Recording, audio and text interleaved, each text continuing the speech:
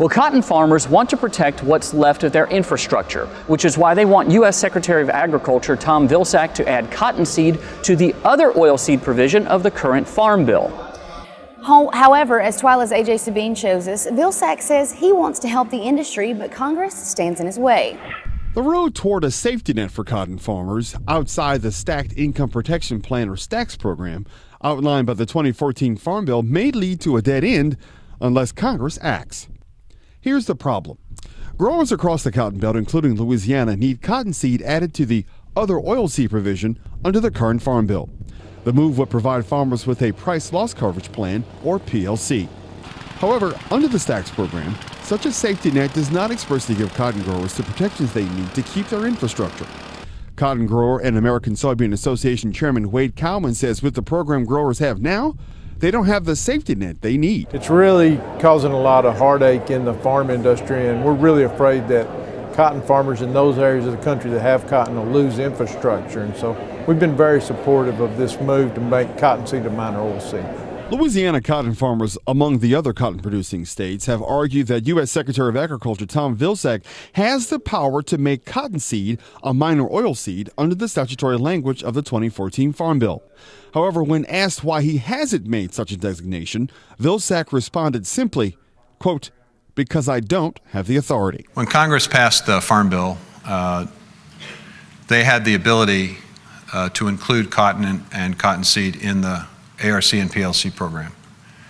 They made the express decision to create a separate program, the STAX program.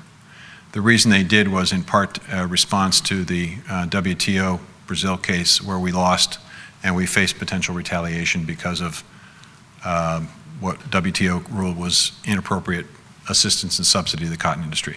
So when you make an express decision to exclude something, that has a meaning. That reflects congressional intent. Cotton farmers could recover at least $30 to the acre if a PLC plan covered cottonseed.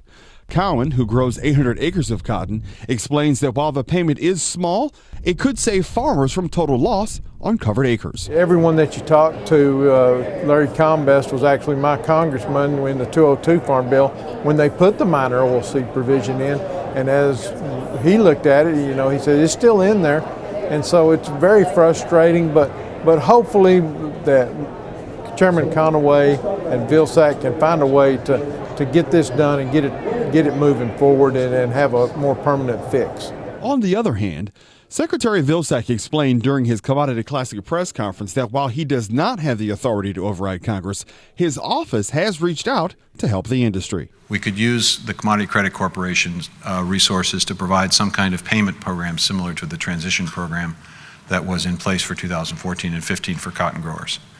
But Congress has specifically prevented and prohibited us from doing this. Even though previous administrations had used that tool and we had used that tool, they put the clamps down and said you can't do that. That prohibition should be released so that we have flexibility, because cotton's not the only commodity that's going to be stressed from time to time. We need flexibility. The other thing we could do, and which we're pursuing, is to figure out ways in which we could cost share on the ginning of cotton in a way that producers would receive hopefully some assistance and help in the interim, during the short term, until Congress revisits the Farm Bill and decides in the new Farm Bill to create a different program or to include oilseeds or whatever they're going to do. They'll have to be addressed at that time. Now, in the short term, Vilsack explained that the USDA has cost shared the ginning of cotton, which could ultimately help farmers.